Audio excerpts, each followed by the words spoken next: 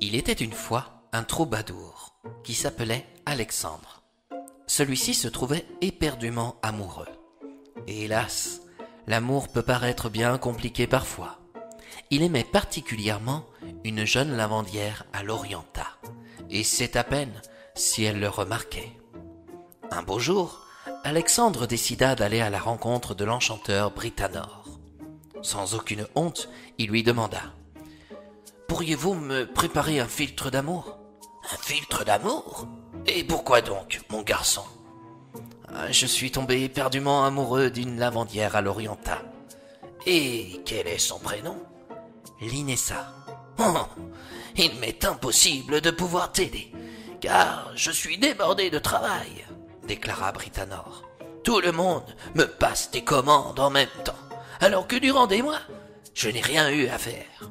J'ai la reine de Vanna qui me demande un arbre d'encens pour son jardin royal, le chevalier Émeric qui souhaite une potion pour l'aider à gagner le tournoi mis en place par le roi, sans oublier un sabotier de Camorra qui me réclame une saucisse géante pour le mariage de son fils.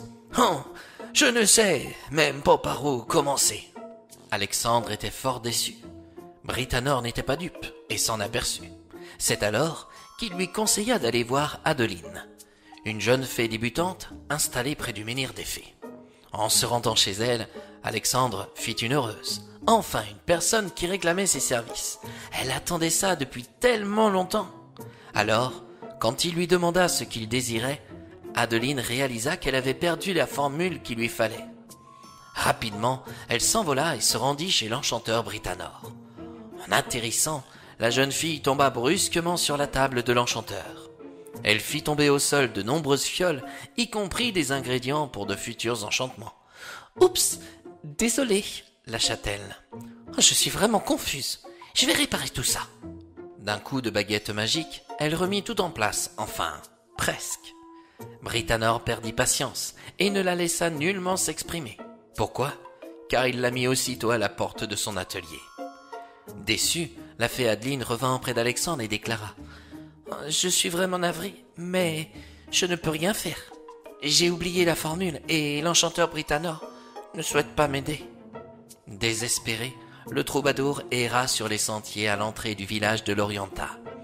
Il était tellement triste qu'il se mettait à inventer des chansons d'amour. Or, il ne vit pas la lavandière Linessa qui passait près de lui pour laver son linge. En écoutant la chanson mélancolique d'Alexandre, elle le regarda de plus près et le trouva charmant. Soudain, Alexandre la regarda dans les yeux. Elle ne put résister à lui rendre un joli sourire. Il fut stupéfait d'avoir réussi à obtenir cette intention sans aucune magie.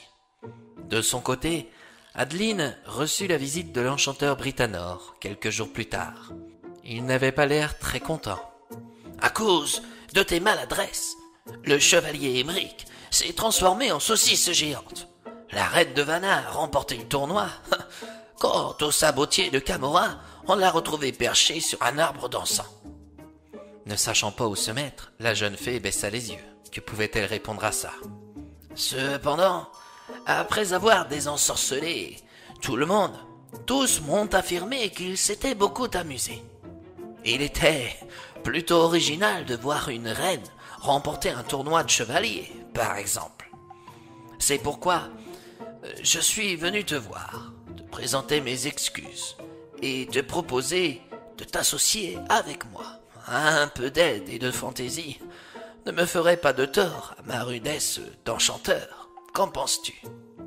Et c'est ainsi, chers amis, que la fée Adeline et l'enchanteur Britannor eurent beaucoup de succès avec leurs enchantements. Durant de nombreuses années, les Britanniens furent enchantés des maladresses de la petite fée.